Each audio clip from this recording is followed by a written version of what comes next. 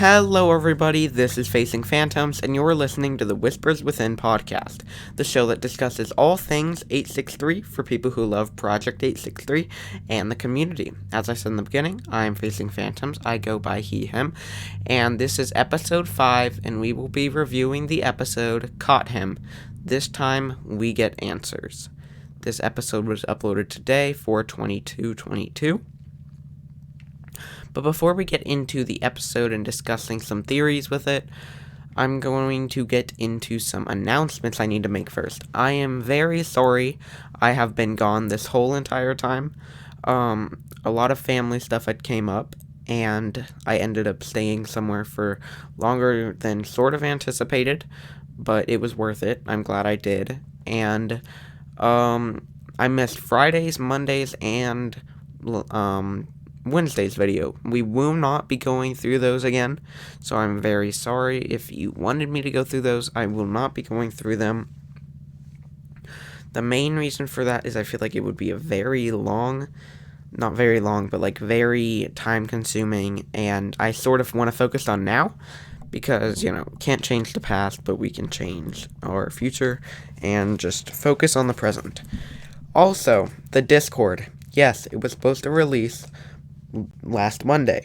I understand that it will release this upcoming Monday. I guarantee to you. I know I said that last time, but there is nothing that would come up this time that would stop me from releasing it this Monday. We're still getting a few stuff set up in there with some bots and stuff, but it will be set up next Monday for you all to join, and it will be down below.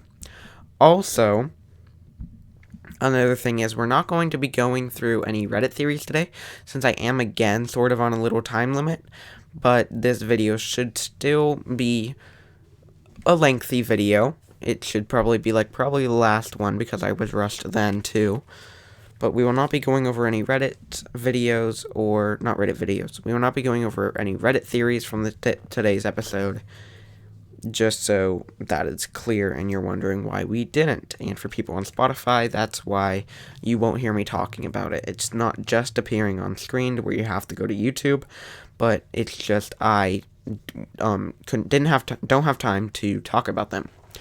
Another thing is, we are getting new overlays. I got Photoshop and I designed some new overlays for the stream. I am going to start streaming on Twitch soon, and I got some new overlays for the YouTube videos too, and the thumbnail, so really excited to release those and see your guys' feedback on them.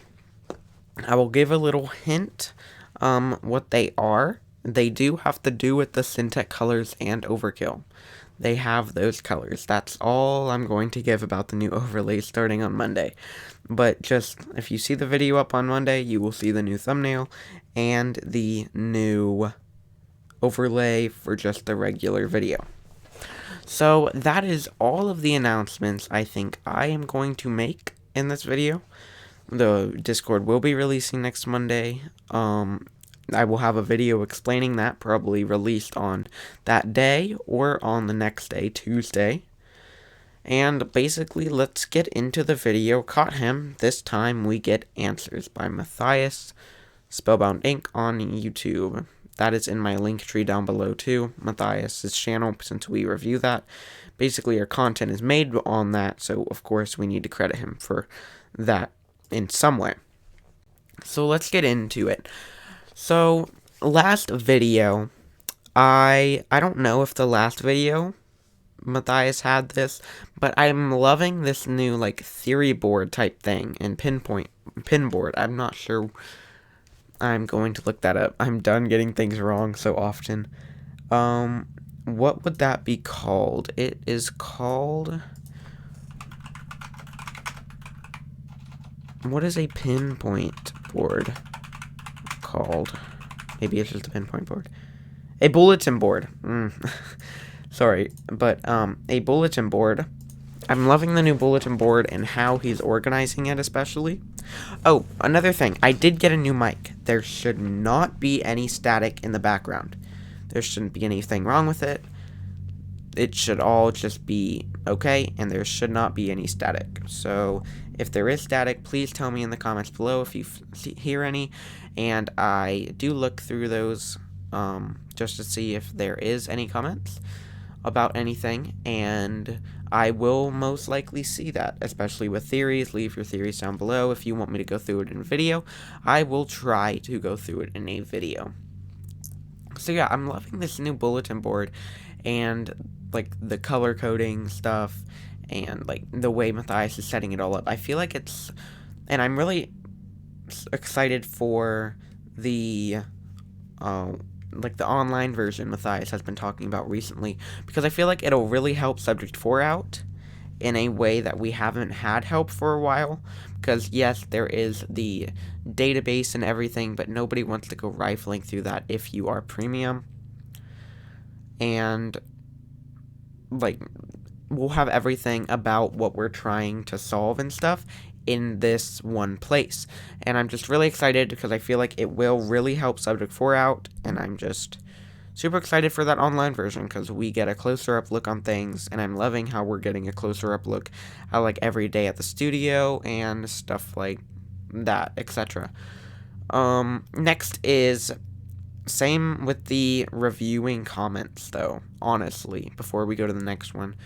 Same is, yeah, I love the way that we're reviewing comments. We're not reviewing Reddit like we used to, but we are reviewing Subject 4's comments and theories in a way so Matthias can see those. And we will actually be discussing a theory that Matthias read out in this video. Not discussing the exact theory, but I did comment a theory on today's video, and we'll be discussing that in a little bit. It is about time looping and stuff like that. And if you've watched 863, if you've watched Agents of S.H.I.E.L.D. by Marvel, you probably have an idea of what I'm going to talk about later. So yeah, I'm really liking how they're going in depth with Subject 4 again, and it's not like thing, because I know a lot of people like the way they last season, the way they like didn't talk at all, and they got straight to the, like, how would you say it, straight to the action, and like didn't include Subject 4 that much, except, you know, when Matthias sort of threatened the whole entire SOS chat on Discord. That was something. But besides that, and like that stuff, I'm really liking that we have more laughy stuff and stuff like that within the videos. So actually, I think I'm just gonna get into that theory now, because before we start the video, so you just see how I mean by this. So the time loop and Agents of S.H.I.E.L.D. theory I have, if I can just, it would be great, honestly, if I can just open up the Matthias video, it's already still open. If I could just open that up and go to the comment. Okay, so what I commented on Matthias's video.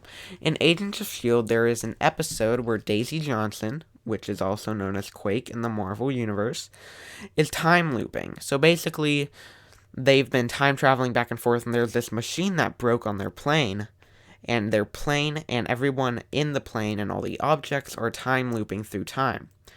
But the only two people who are remembering each time loop are Phil Coulson and Daisy Johnson. Phil Coulson was then turned into a robot because he had sadly passed away in Marvel. But they also both started asleep. Daisy Johnson is not a robot, by the way, so it doesn't have to do with robots. They both started in a sleep a sleep containment area. And that's how they were remembering each one. So she got up, and basically each time loop they were getting closer to something. I'm pretty sure it was the time storm area, and they were getting like 94 kilometers. Next time loop she woke up, 74 kilometers, next 54, next 49, next so on and so forth, etc. And then basically that there was a machine on the plane. What if the spire is the machine? Their whole plane and all objects were looping, so that might be happening with the Mountaineer itself and everything in it. The briefcase, if you don't recall, was also in the car, and maybe Scott was in the car too. So maybe they're all connected with like a time loop from when maybe we deactivated the spire and the spire dispersed whatever it dispersed. I'm not sure if we've gotten a confirmation it was antidote, but whatever it dispersed, it caused Scott and his like things, his stuff that was in the Mountaineer to time loop. Like maybe the cars were set to a certain thing to time loop every Syntech employee to a certain place each time, each day. I'm not sure. Let me know what you guys think about that down below. Because I'm not sure about that theory at all, but I'm just going off on a limb about that. And I mean, like Matthias said in one of the last videos that I did not review, sadly, sorry about that. He said, basically, somebody said that we can't disregard any more theories anymore. Like, everything is possible within this. And quite literally it is, which is the crazy thing about Project 863, and I don't know. It's just, Project 863 is insane. If you watch Project 863, you know it is insane. I don't know why you're watching this if you don't watch it. If you do not watch it, then link down below to the Project 863 Matthias channel that Spellbound.inc produces. And yeah, so let's get into the actual video itself. So we start off how every video mainly starts off nowadays, with them heading to, or Matthias heading to the studio. We talk about some theories that we saw on the YouTube comments, and talk about basically just Scott, and basically, in these times, Matthias usually just talks to us about things that are on his mind, sort of, things that have been on his mind about Project 863, like Deb, and, you know, all that nice murdery stuff. And then we get to the studio, and what I'm loving about this season, another thing I want to mention though real quick, sorry, but another thing I want to mention is, do we have a season title? Am I missing something? Do we have a season motto? Like last season was Look Closer and the Spire was the title. Do we have a motto and or a title? Because I feel like every single season has had a title. Like season 0 was the key, so on. Actually, I can just go look at what all the seasons were called. Let's go look actually. So Matthias channel. What would you guys call this season of how it's going so far? I feel like it would be called like something about like the murder that broke us in some way. Like I feel like he made a playlist, Matthias made a playlist saying help us solve this mystery. So maybe that is the title. Oh, they updated it. Updated today, actually. Season 4, Deb's Murder. If you didn't know that, there you go. But Season 4 is officially, looks like it is officially named Deb's Murder. So I did not know that. The other ones were Season 0, The Key, Discovering 863 was Season 1, The Search for the Serum was Season 2, The Spire was Season 3, and now it seems as if Deb's Murder is this season. So that is, I did not know that. It literally was updated today, so I am very sorry for confusing you guys if I did on that. But, well, we can't discard that because the motto, like remember to breathe and look closer, curiosity over fear, what would you guys think the motto is for this season? What do you guys think, yeah, instead of the title, what would you guys, like, call this, not call this season, but, like, what would you guys describe the season as, like, look closer, or something like that? So, we're heading to the studio, and then we get to the studio. I'm loving that meetings are back. Like, we even had a meeting in, like, the old meeting room today. I'm not sure if it's the same meeting room, actually, but that is literally deja vu at its finest, and I'm absolutely loving it. I really missed being included within the meetings and stuff like that, and I was just really happy to, like, see that we're being included nowadays, and basically know more stuff that is going on. So after that, Matthias gets out of his meeting, and we talk to Sam. We are wanting to stake out. And what do we want to stake out for? Scott. So we get to Sam, ask her. Sam is in, of course, because we need all of the 863 crew there. And then we go get Bailey. Bailey and Sam do something together. They are literally sisters in the realm of 863.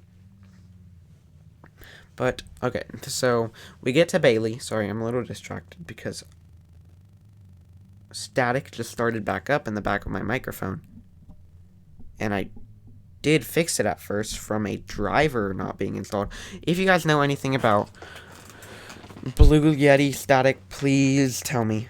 I am trying to get it fixed so badly. It's not as bad anymore, but I'm really trying to get it fixed. I'm not sure if you heard it. Hopefully you can't hear it and I can just go on with recording. But okay, so still just trying to listen for the static, but Bailey is in. So then apparently Uber is late. We get to that part of the video. One second, let me just do something with my microphone.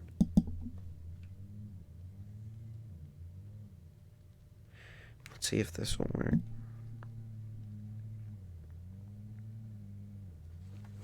Okay, hopefully that got stopped by the static. I did move around the plug a little bit, because sometimes that's the problem, people say. Okay, so Bailey is in, and basically their Uber is late. They're waiting for their Uber outside. Then we get this lovely overlay of 1 hour passes. I'm sorry, but I'm loving the new season overlays, and I can't get over it. Speaking of overlays, like I said in the beginning, I'm sorry, I'm just really excited about these overlays that are coming to the YouTube and the Twitch. And basically you can find my Twitch in my link tree, but it's not set up yet at all. So 1 hour passes. Sam calls up Woods because we do need all of 863 crew there, because it's gonna be sort of hard to explain if we how we ended up meeting with Scott. It's gonna be sort of hard to explain everything, and it's not as good as being there to talk to him and ask questions yourself, because we all have questions, honestly, even subject 4. So we get to devising sort of a plan in a way. I mean, we've been through so many stakeouts, they've basically stated we don't need a plan, honestly, but we devised sort of a plan of where we're gonna stay outside. And actually, the stakeout didn't really feel like a real stakeout. It brought back a lot of deja vu too, but it didn't really feel like a stakeout, if I'm being honest. But it was just probably because it was in light. But because usually stakeouts aren't at night. So, or stakeouts are at night in Project 863. So it's just sort of weirder and doesn't feel exactly the same as when we had stakeouts at night, and like when we came face to face with the stalker who broke in. So we devise a plan and we head on out. We get into that corner where the bushes are, and honestly, I am actually loving the way the team is joking around again. Like, the team is starting to be more friendly and joke around with us, and joke around with each other, and it's not straight to it action all the time like Nelson was. So it's really nice that we get, again, like I say, to be included and to have fun within all of this, because we do need a little bit of fun in our lives with Project 863. Because Project 863 is very confusing. Go back and watch the playlist if you haven't. It's a very good show, and I very highly recommend it. Because I'm doing a podcast over it. So Scott comes from the same location that he did last time. He comes from that side of the Mountaineer, and basically we run up and talk to him, and the first thing he says is, "We're not allowed to speak with reporters."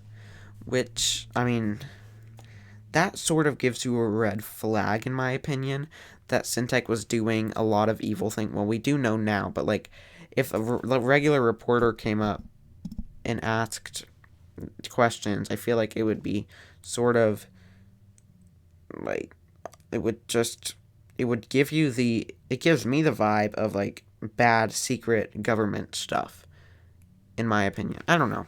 What would you guys think if a reporter, or if you were a reporter and you came up to somebody and they said that we're not allowed to talk to reporters? I guess it is a regular business thing, maybe, but it just gives off the vibe that they're doing something evil and don't want the world to know what's about to happen to them, like mind control, like Matthias went through and Benjamin, and probably a lot of other people. So we get to meet Scott. He talks about how he is not allowed to speak with reporters, and apparently he doesn't even remember the encounter they had before, which honestly I feel like this is sort of confirming the time loop theory, if I'm being honest. Like, he's looping and not remembering. So that is a little different from the Agents of S.H.I.E.L.D. He's not remembering. Well, actually, in Agents of S.H.I.E.L.D., it took Daisy Johnson, also known as Quake, it took her like 94 times or something like that to start remembering each loop. And we know that Scott has maybe been through at least 4 or 5, maybe 3, I'm not sure. So it might take him a little bit to remember. But hopefully he will start remembering and he will start believing us that all of this stuff is happening. Sorry, my throat is really itchy right now. And I don't know why. But we start talking to Scott. Apparently he doesn't remember anything at all. He doesn't even remember that Spellbound is there and that Syntech went out of business, which is sort of confirming the theory of that he's in another time, honestly. And you'll see that later when I discuss the phone and everything. But he doesn't remember the encounter, nor meeting them at all, nor just anything that has happened before. He just remembers basically yesterday being in there. Which is... Sorry, it's just really weird to comprehend that a time loop might be happening to somebody in our world. That's just really weird.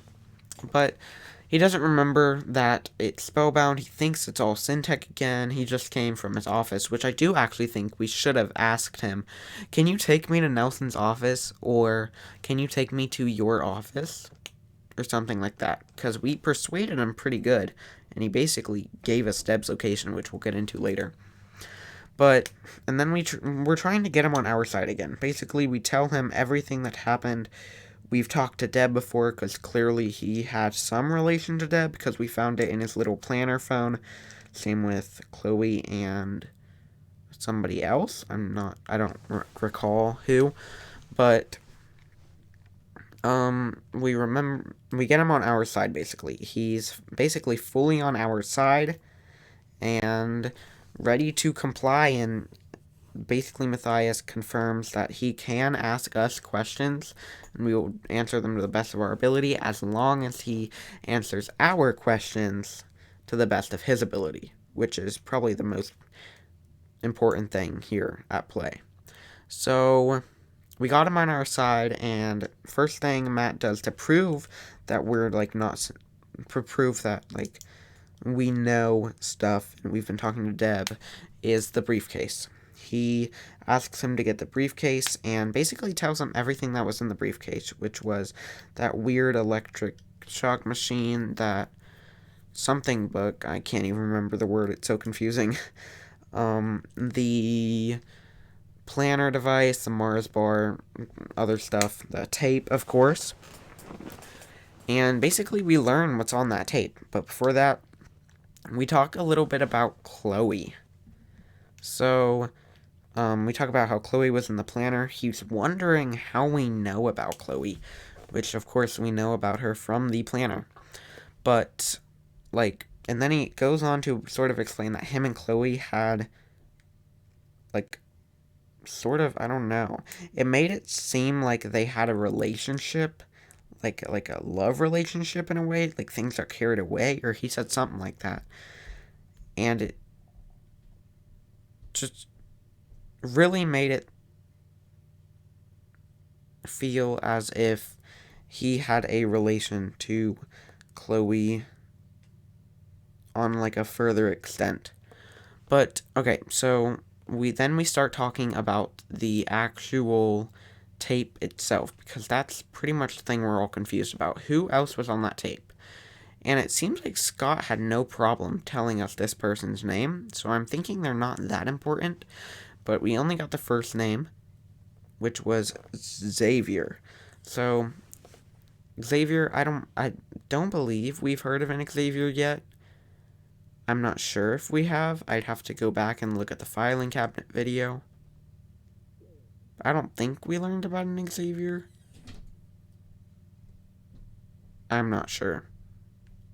Let me know if we have, because if we had, that's sort of a different story. But Xavier, we learned, was talking to him.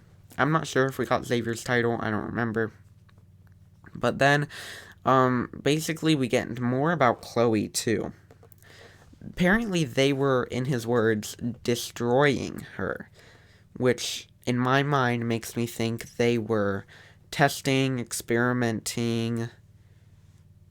What else could they have been doing? Testing, experimenting, maybe taking her apart and piecing her back together in, like, a way Syntech needed her? I'm not too sure. I don't really want to think about that. And again, my mind really can't comprehend that that is happening within this show. Not within this show, but within this world of Project 863. So then we get into the where he was heading. He didn't want to tell us this in the beginning, which was sort of weird, but apparently he is heading to Deb. And apparently Deb is in a safe house. And yeah, the team was right. I guess she really is always in hiding. And the safe house was created by Deb and Wes. So Wes did know about Deb sort of like hiding, and he did know that she was in danger a lot. So they made a safe house for them, because maybe Wes thought maybe the safe house was just for when they were escaping Syntech, and maybe when Deb was going to accidentally shoot him, but apparently, as you said, blanks do affect at close range, and he was killed that night, which was a sad moment. Again, a lot of sad moments in this show, or in this world, but he's heading to Deb's house, and apparently Deb is at a safe house. And then we sort of like disregard that in a way at first, and basically we get into asking him if Deb was murdered, if he knows that Deb was murdered. And we talk about Gary, and it seems like he was a very high person in Syntech, higher than Nelson, not just because of the government maybe, but it seems like he had a higher role in just Syntech itself. Like, he wasn't just like a government thing. I feel like he had personal ties to Syntech that was causing him on that like Syntech case, maybe the government called it. I'm not sure. But apparently Scott didn't even talk to Gary at all. So that was just, it sort of blew my mind that Gary was that high in Syntech, and Scott has only heard of the name. It just goes to show how many secrets Syntech keeps from their own employees. And then we get along to how Gary wanted the Absolate. Apparently, Scott thinks Syntech shouldn't have even made the thing. Well, he says we shouldn't have made that because he is Syntech. He says we shouldn't have made that, and if we lost it, we definitely should not have lost it. So, Absolate has a very high play in all of this, I tell you. Pretty sure you probably already know that, but I'm telling you, Absolate has an extremely high play in this. And I feel like it has a higher play than we actually know, which is actually really confusing, which I'm not sure why it would have that high of a play. I'm trying to like think why, like where the Absolate could come into play. I feel like maybe like at the end, like the absolute next absolute date, maybe, I mean, the Absolate will come back, we'll find it, and it'll be like the thing that ends Project 863 once and for all and defeats Nelson. I'm not too sure, but the app slate is extremely important, all summed up.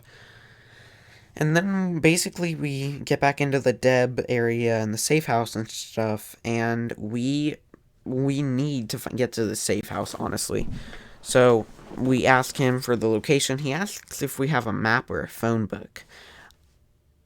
So I'm not too sure where last he remembers. They needed to ask him what the year he thought was, but he was extremely confused when Woods brought out a map on his actual iPhone. And then he turned to the back of his iPhone and said, Apple? So I'm not sure. It seems like Syntech not actually worked with Apple, but Nelson was a very fond person of Apple, and it seemed like things were very related to Apple and Syntech, Apple IIs and stuff like that. So he's very confused about modern day technology and what it can do and what it is.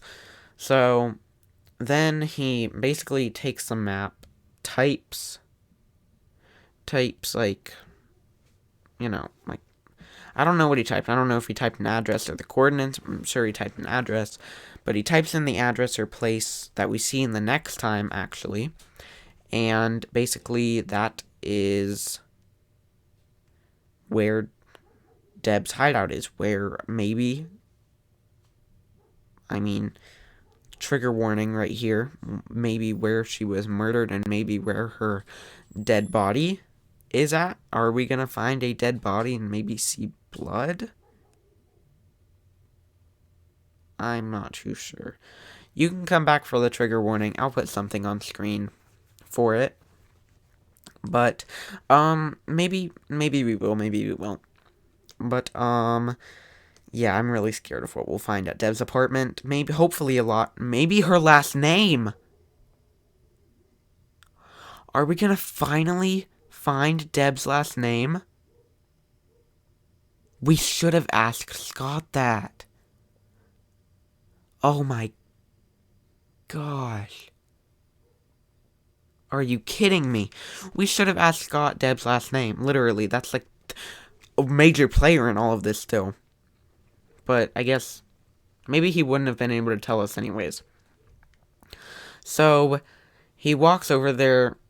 So after we get the coordinates, he walks over, like, back to the same place that he came from. Where was he walking to and from? Is maybe another Syntech location back there? It didn't seem like he was walking to, like, the place we saw Wes walk out of on the 863 tape. I'm not too sure, but I have a theory on that of maybe, like, that coordinate that he walks to causes him to, in some way, disappear or, like, be taken out of time and causes the time loop to reset, ending him, not ending his life, but, like, ending him in the timeline and putting him in the next day, in a way. The next day at the same time, doing the same exact thing. So, and then basically the Mountain team discusses to go to Deb's apartment, and they want our feedback of if they should go, because they have no idea what will honestly happen if they do go. And then that's basically the end of the video. We get to the next time, and it looks like we went to her apartment, which I'm really excited about. I'm hoping we do learn a lot about this, but I am also scared of what we will find within there. So that wrapped up basically the whole episode for us. It was a crazy episode. I'm liking nowadays how we're actually getting to talk to actual Syntech employees and actually get more information from them and having them on our side, like Benjamin and Scott Cleric now. And hopefully we'll have others. Maybe Chloe will come into play at some point. Or maybe she successfully escaped. Wait, no. Because Scott still has the passport. I'm wrong. But maybe Chloe will come along the line. Maybe, I don't know who else could. Honestly. Jordan Kendall. Maybe Autumn.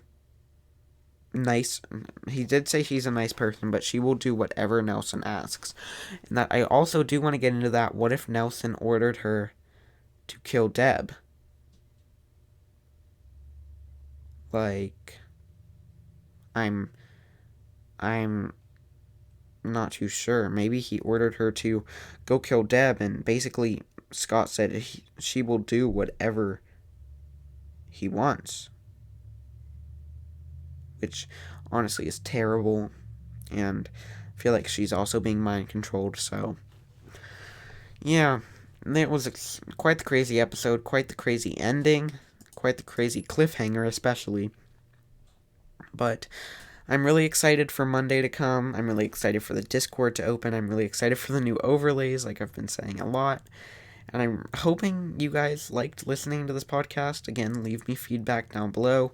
There will be a video probably up next Tuesday after the Monday video about the Discord, and I'll probably be screen recording like what everything does before I officially release it and stuff. And we will already have our moderators in there, and we will explain that and what you can do, and if you need help, what you can do with that area.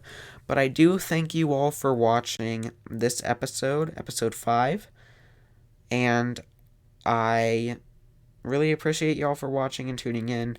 If you haven't yet, click the subscribe button or follow me on Spotify. And also, we will be releasing on more platforms soon.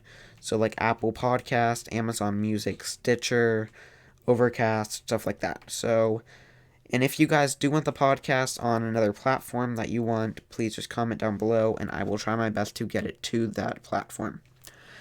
I appreciate you all for tuning in, and I hope you guys have a great rest of your day.